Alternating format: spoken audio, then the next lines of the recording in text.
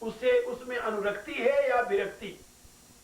यदि कर्म करने के पश्चात उसके फल में अनुरक्ति है तो आपने वो कर्म धर्म अनुसार नहीं किया है। कर्म के दो भेद होते हैं, धर्म और कर्म। जो कुछ हम कर्म करते हैं इसके दो एस्पेक्ट्स हैं, इसे समझ लें, दो पहलू हैं, धर्म का पहलू और कर्म का पहलू। तो जो धर्मानुसार कर्म करते हैं उनको कर्मयोगी कहते हैं, और जो धर्मानुसार कर्म नहीं करते उनको कर्मभोगी कहते हैं।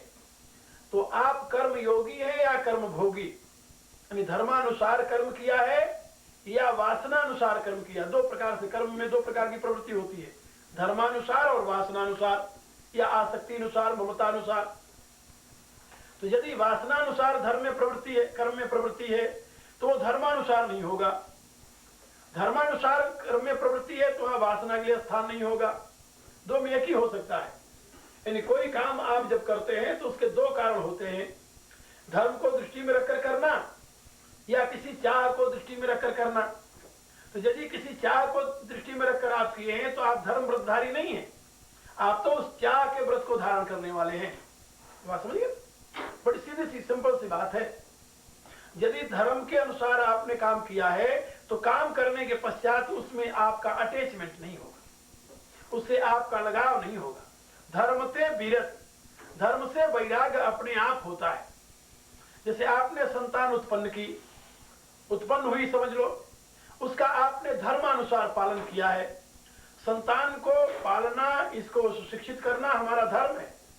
यदि इतना करके आपने उसको पाल करके सुशिक्षित कर दिया, उसके बदले में किसी भी प्रकार के रिस्पॉन्स की जरूरत आपके दिमाग में नहीं है, तो आपने संतान का पालन धर्मानुसार किया है। और यदि पालन करने के पश्चात अब वो बड़ा हो गया तो अब उससे आपकी डिमांड शुरू हो गई है, तो आपने धर्मानुसार नहीं किया है, वो कर्मानुसार है, वो चाह के अनुसार है। आपने धर्म समझ करके उसका पालन नहीं किया, आप अपनी चाह को सामने रख करके उसका पालन किया है।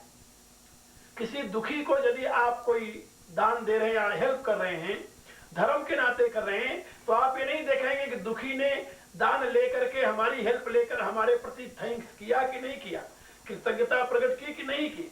इससे आपको कोई मतलब नहीं है। आपने देखा कि ये दुखी था और हमने ये लिया, भगवान का था, इसको दे दिया, हमारे इसमें क्या है।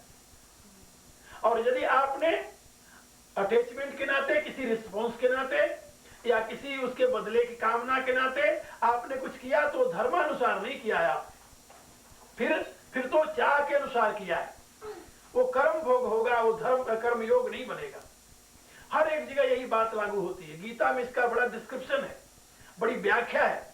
भगवान ने कहा है कि जो दान हम इसलिए देते हैं कि इसके बदले में हमें कुछ मिलेगा, इसके बदले में 100 गुना होकर स्वर्ग में मिलेगा, तो वो हमने व्यापार किया है। तो एक प्रकार का व्यापार है हमारा। व्यापार क्या है? हमने सुना था कि यहाँ लगाते हैं तो 1 का 2 मिलता है, और यदि हम दान करते हैं तो 1 का 10 मिलेगा स्वर्ग में मरने के बाद। तो मरने के बाद 1 के बदले में 10 पाने की लालच से हमने दान दिया है, वो भी एक प्रकार का व्यापार है। जैसे यहाँ पर हम 1 के बदले में 10 पाने की लालच से लगाते हैं पैसा, इन्वेस्टमेंट करते हैं, तो that is a kind of investment, not for here but for heaven. When I will reach there, then I will gain its result in 10 times more. ये सोच करके sometimes 100 times more, 1000 times more, I will get its result. ऐसा सोच करके हम दान देते हैं या कोई शुभ कर्म करते हैं। तो भगवान कहते वो व्यापार है, वो शुभ कर्म नहीं है, वो धर्म नहीं है। धर्म का फल होता है विरति, जहां पर किसी भी प्रकार के रिस्पॉन्स की व चाह की व बदले की संभावना से रहित होकर के हम धर्म के नाते उसे करते हैं। करना हमारा धर्म है, इसलिए कर रहे हैं। ये देना हमारा धर्म है, इसलिए हम दे रहे हैं। संसार की वस्तु संसार को दे रहे हैं। भारत में एक संत हुए हैं, गृहस्थ संत थे, रहीम खान खाना। तो वो अवध के नवाब थे, अवध के नवाब थे रहीम खान खाना, फैजाबाद में रहा करते थे। तो वो बड़े दानी थे, बड़े दानी थे। बाद में जब अकबर की मृत्यु के बाद उनका लड़का उनको काफिर समझ करके राज से वंचित कर दिया था। लंबी कहानी उनके जीवन की। तो चित्रकूट चले गए थे।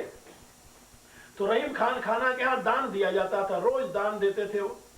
तो जब दान देते थे तो उनका सर ऐसे नीचे होता था, दान देते समय ऐसे नीचे कर करके दान देते थे। तो एक कवि आए संत, उनके सामने दान देते हुए देखा तो उनको बड़ी प्रसन्नता हुई और उन्होंने एक दोहे में उनसे पूछा उनसे, सीखी कहां नवाब तुम ऐसी अद्भुत देन, ज्यों ज्यों कर ऊंचो उठे त्यों त्यों नीचे नैन। अरे नवाब हो करके, नवाब में तो ऐसे अहंकार होता है, लोग कहते क्या नवाब है, तो वैसे अहंकार से भरा हुआ होता है। वो कहते हैं हे नवाब, तूने इतनी अद्भुत देन कहां से सीख ली कि जैसे जैसे तुम्हारा हाथ ऊपर उठता है देने के लिए, वैसे वैसे तुम्हारे सर नीचे हो जाते हैं, नेत्र नीचे हो जाते हैं। सीखो कहां नवाब तुम ऐसी अद्भुत देन, ज्यों ज्यों कर ऊंचो उठे त्यों त्यों नीचे नैन। तो रहीम ने क्या उत्तर दिया? आप लोगों ने रहीम के दोहे पढ़े होंगे, भारत में बड़े प्रचलित हैं। तो रहीम ने उत्तर दिया कि देनहार को और है, देनहार को और है, देत रहत दिन रैन, लोग भरम मुझ पे धरे आते नीचे नैन। वो कहता है कि दाता तो कोई और है, वो रातों दिन देता है, मैं तो उसके बीच का मीडिया हूं, एक माध्यम हूं, मीन्स हूं। लोग ये सोचते हैं कि ये रहीम दाता है, इसलिए शर्म के मारे मेरा सर नीचे हो जाता है कि देने वाले कोई जानता नहीं और मुझ माध्यम को लोग समझते हैं ये दानी है, तो ये तो मेरे लिए शर्म की बात है, इसलिए मेरा सर नीचे हो जाता है। ये रहीम की बात है। भारत के संत थे, संत नहीं थे नवाब, बाद में संत हो गए, संत बने हो। और उनके लिए एक भारत में बड़े कवि हुए हैं बनारस में, उन्होंने लिखा है कि ऐसे ऐसे तुर्कन पे कोटिन हिंदू वारी, लिखा है हरियोध ने कि ऐसे ऐसे तुर्कन पे कोटिन हिंदू वारी। ये तुर्क इनको कौन कहता है, ये तो हिंदू से भी बढ़ करके हैं। रसखान, रहीम, ताज बेगम, ये सब ऐसे ऐसे संत हुए हैं। और रहीम अनन्य श्री राम के भक्त थे। जब उनको निकाल दिया गया, नवाबी से छीन ली उनकी नवाबी, तो उन्होंने छोड़ करके अपना अवध चित्रकूट में जाकर रहे, चित्रकूट में रहे वो। तो जब चित्रकूट में चले गए तो वहां पर उन्होंने क्या किया, अब लोग जाने न कि मैं नवाब हूं या मैं रहीम खान खाना हूं, तो वहां जाकर के उन्होंने भाड़ झोंकने का काम किया। भड़भूजे के यहाँ गए, उससे कहा तो मुझे नौकर रख ले चित्रकूट में, यहाँ पर मैं रहूंगा, तेरा भाड़ झोंका करूंगा और उसके बदले में रोटी तो मिलेगी। रोटी पर नौकर हो गए। जरा आप कल्पना कीजिए, कहाँ अवध का नवाब, कहाँ रोटी की ये व्यवस्था। तो वो जब भाड़ भूजते थे वहां, तो उसको क्या पता था, उसने कहा ठीक है आदमी मिल गया, रोटी पर पड़ा रहे, हमारा क्या लेता है। भाड़ झोंकते थे। तो एक दिन एक महाराजा हरिम आके जा रहे थे उधर से, हाथी पर चढ़े हुए, तो उनके साथ एक कवि था, उसका भी नाम रहीम था। तो उन्होंने अपने कवि से पूछा, महाराजा जो जा रहे थे हाथी पर चढ़े हुए, तो हाथी फू फू करता हुआ चलता है सूंड से धूल उड़ाते हुए, तो उन्होंने ऐसे पूछ लिया कि धूल उड़ावत जात गज, कहू रहीम कहीं काज। हे रहीम, ये हाथी जो धूल उड़ाते हुए चलता है, इसमें क्या कारण है? उन्होंने कभी दिमाग से ऐसे पूछ लिया, पूछा तो उन्होंने अपने यानी कवि से, जो उनके साथ था रहीम नाम का कवि। लेकिन वो खान खाना रहीम भाड़ झोंक रहे थे, वो बैठे हुए, तो उनके कान में शब्द पड़ा, तो उन्होंने वहीं बैठे बैठे भाड़ झोंकते हुए उन्होंने उत्तर दिया, जही रज मुनि पत्नी तरी सो ढूंढत गजराज। कहा राम के जिस चरण की धूली को स्पर्श करके अहल्या तर गई थी, ये गजराज उसी धूली को ढूंढ रहा है चित्रकूट में कि कहीं प्रभु के चरण की धूली मिल जाए तो मैं भी तर जाऊं। जब ये सुना हाथी पर राजा ने, तो वो देखने लगा कि ये भड़भूजा उत्तर दे रहा है मेरी इतनी बड़ी यानी वो समस्या का। तो उन्होंने देखा कि ये भड़भूजा नहीं है, देखा ये तो कोई और है, पहचाना उसे, वो ये तो नवाब है अवध का। तो वो बड़े हैरान हुए कि ये क्या हुआ। तो उसने प्रश्न किया राजा ने कि जाके सिर अति भार शोकत झोकत भार इत, जिसके ऊपर इतना बड़ा भार है राज्य का, वो यहां आकर भार क्यों झोंक रहा है। तो रहीम ने उत्तर दिया कि रहीमन झोकत भार झोंक भार सब भार में। तो उन्होंने कहा कि उस सारे भार को भार में झोंक करके रहीम यार भार झोंक रहा है। तो महाराजा उतर गए, उतर करके उनको हृदय से लगाए, मिले और कहने लगे कि साहब आप ये क्या कर रहे हो। तो उन्होंने एक उत्तर दिया कि चित्रकूट में रमे रहो रहीमन अवध निवेश, जापे विपता पड़त है सो आवत ही देश।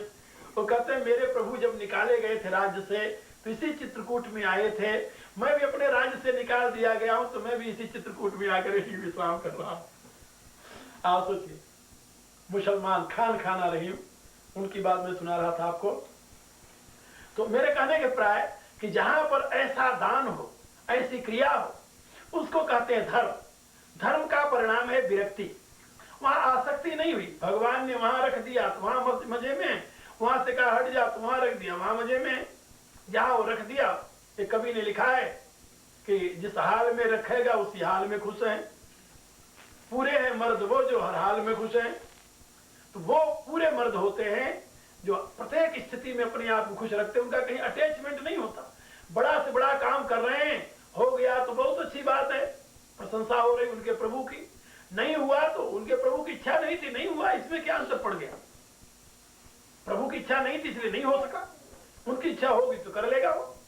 इस प्रकार की वृत्ति से धर्म की साधना की जाती है। हर एक काम को धर्म की दृष्टि से करना, ये पहला चरण है विकास का जीवन के। धर्म ते विरति योग ते ज्ञान, धर्म से वैराग्य होता है, वैराग्य से योग में प्रवृत्ति होती है और योग से फिर ज्ञान होता है। ये ज्ञान प्राप्ति का रास्ता है। तो यहां पर पार्वती जी ने भगवान शंकर से प्रश्न किया, नर सहस्रम सुनौ पुरारी, को एक होई धर्म व्रतधारी। हजारों मनुष्यों में कोई एक धर्म के व्रत का धारण करने वाला होता है जो धर्मानुसार जीवन बनावे। धर्मशील कोटि न मह कोई, विषय विमुख विरागरत होई। और ऐसे धर्मशीलों में भी करोड़ों में कोई एक विषयों से विमुख होता है और वैराग्य में रत होता है। धर्म का पालन करने वाला भी, स्वर्ग के लिए भी धर्म की साधना की जाती है, धर्मानुसार प्रेय को प्राप्त करने की भी साधना की जाती है। धर्मानुसार श्रेय की तरफ बढ़ने वाला तो कोई एक होता है। तो धर्मानुसार प्रेय को प्राप्त करने के लिए अधिकांश लोग चलते हैं। तो धर्मानुसार श्रेय को प्राप्ति के लिए विरक्त होना कोई करोड़ों धर्मात्माओं में एक होता है। और कोटि विरक्त मध्य श्रुति कहई, सम्यक ज्ञान सकृत को उलहई। और करोड़ों विरक्तों में कोई एक होता है जिसको सम्यक ज्ञान यानी पूरा ज्ञान हो जाए। ज्ञानवंत कोटि न मह कोई। और ऐसे करोड़ों ज्ञानवंत में, ज्ञानवानों में जीवन मुक्त सकृत जग सोई, कोई एक जीवन मुक्त होता है। और ऐसे 3 सहस्रम सब सुख खानी, दुर्लभ ब्रह्मलीन विज्ञानी। और ऐसे जीवन मुक्तों में, हजारों जीवन मुक्तों में कोई एक ब्रह्मलीन विज्ञानी होता है। जिस विज्ञानी की बात यहाँ कर रहे हैं भगवान, उसका क्रम देखिए। धर्मशील विरक्त अरुज्ञानी, जीवन मुक्त ब्रह्म पर प्राणी। ये 5 कैटेगरीज हैं। धर्मशील, धर्म, वैराग्य, ज्ञान, जीवन मुक्ति और ब्रह्मलीनता, ये 5 स्तर हैं उसके। और इन सब ते दुर्लभ सुर राया, राम भगति रत गत मद माया। और इनसे ऊपर की जो अवस्था है वो है भक्ति की, यानी मोक्ष के परे, जिसको सही भक्ति कहते हैं। वो मोक्ष के परे की अवस्था है, वो मोक्ष इधर की अवस्था नहीं है। मोक्ष का तिरस्कार करने वाले, मोक्ष का त्याग करने वाले फिर भक्ति को प्राप्त करते हैं। अस विचारी हरि भगति से आने, मुक्ति निरादर भगति लोभाने। तो मुक्ति का त्याग करने वाला फिर पराभक्ति को प्राप्त, उसको पराभक्ति कहते हैं, उसको पराभक्ति कहते हैं। मैंने गीता तत्वबोध में इसका बड़ा लंबा विवेचन किया है, गीता के 18वें अध्याय के 5 श्लोकों के आधार पर कि पराभक्त क्या है। तो वो मैं बता रहा था कि जैसे रामायण में इसका विश्लेषण किया है, उसी को यहाँ पर भगवान ने कहा मनुष्याणाम सहस्रेषु कश्चित् दत्त सिद्धे, हजारों मनुष्यों में कोई एक ऐसा होता है जिसको ये चाह होती है कि अब दुनिया से तो आगा गए, अब परमात्मा की तरफ सत्य की खोज में लगो, नहीं तो हजारों जन्म इसी में बीत जाते हैं। एक दिन आएगा, सबके लिए वह दिन आएगा जबकि संसार से उब करके परमात्मा की तरफ मुंह होगा, लेकिन वो दिन कब आएगा ये पता नहीं है।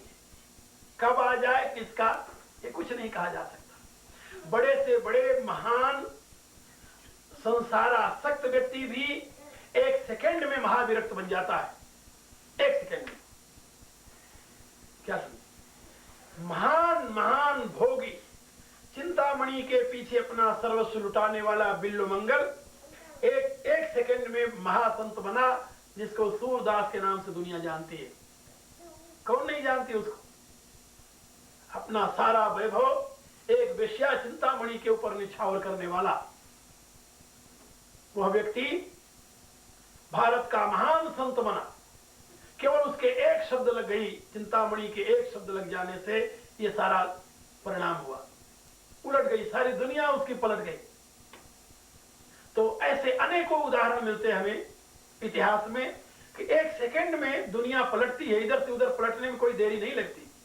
किस समय किसका पूर्व का संस्कार जाग जाए या प्रभु कृपा का अनुभव हो जाए और वहीं से वो विरक्त हो जाए। पंजाब में एक कहावत, एक संत हुए वहां पर पंजाब में, बड़े अच्छे संत हुए, छज्जू राम नाम था उनका। वो एक दिन चले आ रहे थे, गए थे सत्संग में, सवेरे सवेरे सत्संग में जाया करते थे। सत्संग करके आ रहे थे, सत्संग करके आ रहे थे। उस दिन किसी महात्मा ने पूरा व्याख्यान दिया था तत्व विज्ञान पर, और ये समझाया था कि मनुष्य को एक रास्ता अपना लेना चाहिए, उस रास्ते पर चलना चाहिए। दो पांव यानी दो नाव पर पांव रखना मनुष्य के लिए उचित नहीं है। यदि वो आत्म उद्धार चाहता है तो एक रास्ते पर उसे चलना चाहिए। तो वो विचार करते हुए आ रहे थे, सुना था सत्संग, सवेरे का समय था। और पंजाब में आप देखा होगा, हिंदुस्तान में ये भंगी लोग सवेरे सवेरे साफ करके वो हाथ में वो लेकर के फेंकने जाते हैं टोकरी ओकरी मलाज को। तो उधर से मेहतरानी यानी एक भंगी हाथ में बाल्टी में मल भरे हुए आ रही थी, और उसने वो चले आ रहे चिंतन में, उन्होंने सामने देखा नहीं। तो उस मेहतरानी ने दूर से आवाज लगाई, प्राजी तुसी एक पासे हो जाओ। बात समझे? उसने एक पासे हो जाओ माने एक तरफ हो जाओ, क्योंकि वो ले आ रही थी ना, मल लेकर के आ रही थी। तो वो उसने कहा कि आप एक तरफ हो जाओ कहीं छू न जाए। तो उसका एक पासे हो जाओ कहना जो था वो केवल ये था कि आप बगल हो जाओ, और वो वहीं खड़े हो गए, वहीं खड़े हो गए, वहीं खड़े होकर सोचने लगे कि जब आज ये भी मुझे कह रही कि प्राजी एक पासे हो जाओ, तो मुझे अब एक ही पासे हो जाना चाहिए, मैं तो दो पासे हुआ। उस भंगनी की एक शब्द छज्जू राम के जिंदगी के कांटे को पलट देने का कारण बन गई। वहीं से लौट गया, कहता एक पासे होना है। तो मेरे कहने का प्राय कि किस समय संसार से मन भर जाए कि बहुत हो गया, अब यही करना था, हो गया। अनेकों बार यही करते करते जिंदगी चली गई है, जितने दिन जिएंगे यही तो करना है, वहीं से पासा पलट जाता है। तो वो दिन कब आएगा ये कहा नहीं जा सकता, लेकिन आएगा सबका, लेकिन एकाएक नहीं आता। बड़े भाग्यशाली का कभी वो दिन आता है जबकि मनुष्याणाम सहस्रेषु कश्चित् सिद्ध है, जबकि वो सिद्धि के लिए प्रयत्न करता है, परमात्मा को प्राप्त करने का प्रयत्न करता है। और यत्ताम सिद्धानाम कश्चिन् माम वेति तत्त्व, और अनेकों यत्न करने वालों में भगवान कहते कोई एक मेरे तक पहुंच पाता है, मेरे को तत्वतः जान पाता है। कहा बाकी कहां रह जाते हैं बीच में? कहा बाकी बीच में रह जाते हैं माया का जो प्रलोभन है। उत्तरकांड में तुलसीदास जी ने लिखा है कि जब आदमी साधना में लगता है तो माया अनेक रूप धारण करके उसके सामने आ जाती है, अनेक रूप धारण करके उसके सामने आ जाती है, और वह अनेक प्रकार के रूप अपना दिखाती है व्यामोहित करने के लिए। विघ्न अनेक करई तब माया, रिद्धि सिद्धि प्रेरई बहु भाई, पहले तो अनेकों प्रकार का भारत यानी ये बाहरी अटैचमेंट का रूप सामने ले आएगी। यदि उससे मन नहीं बिगड़ा तो अनेकों प्रकार फिर सिद्धियां आने लगती हैं। रिद्धि सिद्धि प्रेरई बहु भाई, बुद्धि लोभ दिखावई आई। पहले बुद्धि के सामने ममता का प्रवाह चलेगा। यदि ममता को आपने दृढ़ता से काट दिया तब प्रलोभन आने लगेगा। और होई बुद्धि जो परम सयानी, तही सन चितवन अनहित जानी। यदि परम सयानी बुद्धि हो तभी वो सिद्धियों की तरफ ध्यान नहीं देता। सिद्धियां आई तो आने दो, वो चला जाता है आगे बढ़ता हुआ। लेकिन अधिकांश तो उसी सिद्धियों में ही लटक जाते हैं, सिद्धियों में ही लटक गए। उनके लिए वो सिद्धियां ही सब कुछ है, सोचते हैं बस यही बहुत है, फिर देखा जाएगा, अभी तो आनंद ले रहे हैं, क्या पता है। तो भगवान कहते हैं हजारों साधकों में से कोई एक मेरे को तत्वतः जान पाता है, बाकी तो सिद्धियों में ही रम जाते हैं और सिद्धियों के आनंद लेते हैं। फिर वो भी पहुंचते हैं, बोले पहुंचते हैं। बहु नाम जन्म नाम अंते ज्ञानवान माम प्रवृत्ति, आगे आएगा। एक नहीं अनेकों जन्म उनको लग जाता है, सिद्धियों को भोग लेंगे, नीचे गिरेंगे नहीं, उनके गिरने की संभावना नहीं। आगे अर्जुन ने पहले पूछ लिया 6ठे अध्याय में कि भगवान यदि साधना में आपकी तरफ लग गया और बीच में वो कहीं फंस गया, सिद्धि मिल गई या कहीं लग गया, तो उसकी क्या गति होगी। उसको योग भ्रष्ट कहते हैं, योग भ्रष्ट। तो ऐसा जो योग भ्रष्ट है योगी, उसकी क्या गति होती है। तो भगवान ने कहा कि नहीं कल्याण कृत कश्चित दुर्गतिम तात गच्छति। हे अर्जुन, कल्याण के रास्ते पर एक कदम भी जिसने रख दिया है उसकी कभी दुर्गति नहीं होती। फिर क्या होती है, भगवान कहते हैं कि जिस सिद्धि में उसका मन रम गया है, जिस बात के लिए मन रमा है, वो वही लगा रहेगा। मरने के बाद वो उसी तत्व को प्राप्त करेगा एक लोक विशेष में जाकर के, और कुछ दिनों तक वहां रह करके फिर वहां से लौट करके पुनः मृतलोक में आएगा। और मृतलोक में आकर के उसकी स्थिति होगी कि जहां तक उसने साधन किया था पहले जन्म में, उतना मार्ग उसका तय है। अब जहां साधन छोड़ा था वहीं से पुनः वो अपना स्टार्ट कर देगा, पुनः प्रारंभ कर देगा। यानी जितना कदम आप चले हैं इस जीवन में वो व्यर्थ नहीं जाएगा। यदि आप चले और कुछ आगे बढ़े, इतने में सिद्धि आ गई, तो सिद्धि में आप रम गए, तो ये नहीं कि आप भ्रष्ट हो गए, नहीं, सिद्धि में जहां तक जो साधन पूरा हो गया हो गया। यदि शरीर छूट जाएगा उसी सिद्धि का आनंद लेते समय, तो कुछ लोग तक, कुछ काल तक आप स्वर्ग में निवास करके पुनः आएंगे मृतलोक में, और जहां तक आपने साधन किया था वहीं से फिर आपका साधन शुरू हो जाएगा। और जितना आपने कर लिया है वो भगवान ने कहा 6ठे अध्याय में कि उतना आपको पूर्व जन्म के संस्कार अनुसार अपने आप मिल जाएगा, उसकी स्मृति हो जाएगी, और वहीं से फिर आगे बढ़ेंगे। और शास्त्रकारों ने बताया है कि गुरु, जिस गुरु के निर्देश में, गाइडेंस में साधन शुरू हुआ है, जहां उस स्थिति में आप पहुंचे, पुनः वह गुरु आपको मिल जाएगा, पुनः वहीं से आगे बढ़ा देगा। इसलिए घबराने वाली बात नहीं है। भगवान कहते हैं इसमें घबराने वाली बात नहीं है। ये नहीं कि यदि इस जन्म में हमने अपना पूरा नहीं किया तो क्या होगा, कुछ होने वाला नहीं, दुर्गति नहीं होगी। हाँ इतना है कि तुम रुक जाओगे, यानी जल्दी से जल्दी नहीं पहुंचोगे, फिर जन्म लेना पड़ेगा, फिर जन्म लेना पड़ेगा, फिर मरना पड़ेगा। तो जन्मने मरने का दुख घबराओ नहीं, चलो ठीक है, अनेकों बार जन्म ले लिए हैं तो और भी ले लिए 2-4 बार, क्या अनर्थ हो गया, लेकिन साधन में प्रवृत्त होना चाहिए। तो यत्ताम सिद्धानाम कश्चिन माम वेति तत्वतः, भगवान कहते हैं यत्न करने वाले सिद्धों में भी कोई एक मुझे जान पाता है, बाकी सिद्ध तो सिद्धि में ही रम जाते हैं, और सिद्धि के यानी प्रलोभन में, सिद्धि के आनंद में ही अपना समय बिताते हैं। अब आगे भगवान उस तत्व विज्ञान की बात सुनाने जा रहे हैं। यहां से तत्व विज्ञान की व्याख्या शुरू हो रही है। जिस तत्व विज्ञान के विषय में भगवान ने कहा है कि ज्ञानम तेहम सविज्ञानम, तब पहले विज्ञान को बता रहे हैं, फिर ज्ञान को आगे उसकी व्याख्या करेंगे। तो यहाँ पर विज्ञान का स्वरूप वर्णन कर रहे हैं। एक बात यहां याद रखो, इस साधना के क्रम में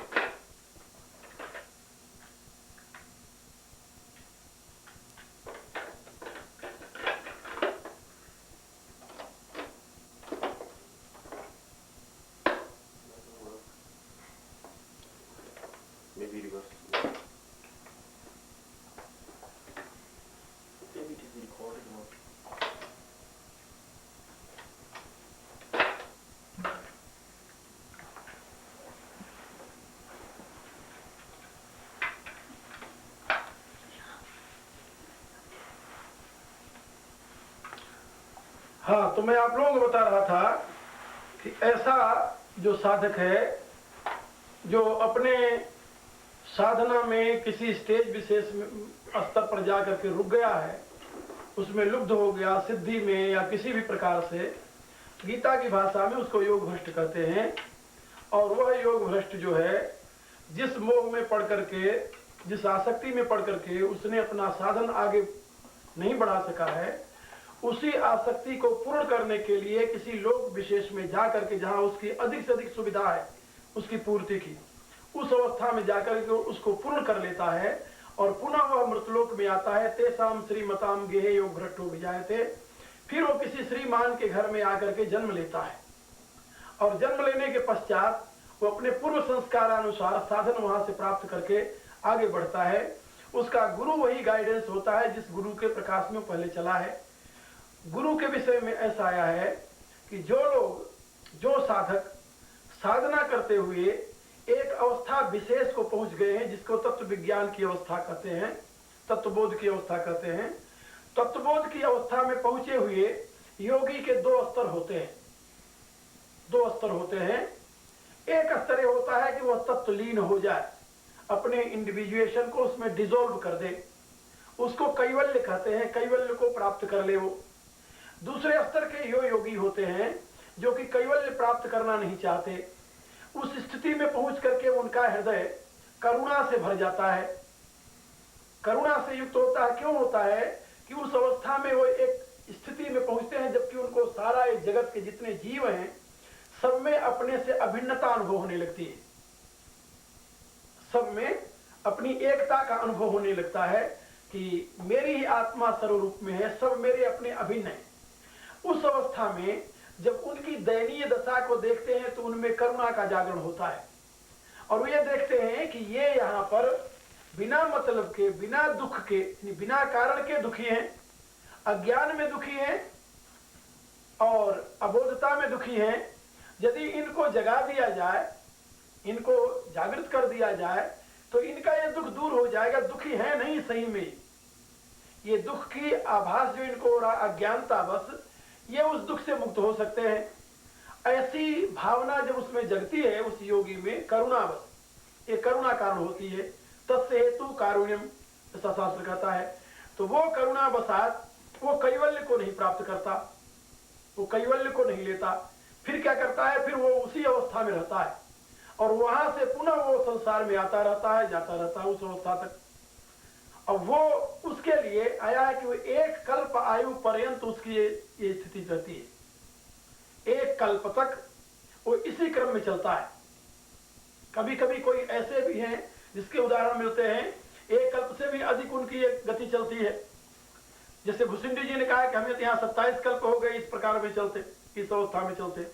यहाँ बसत में सुन खगीसा बीते कल्प 7 अरुबीसा, 27 कल्प हो गया मेरे को इस स्थिति में चलते।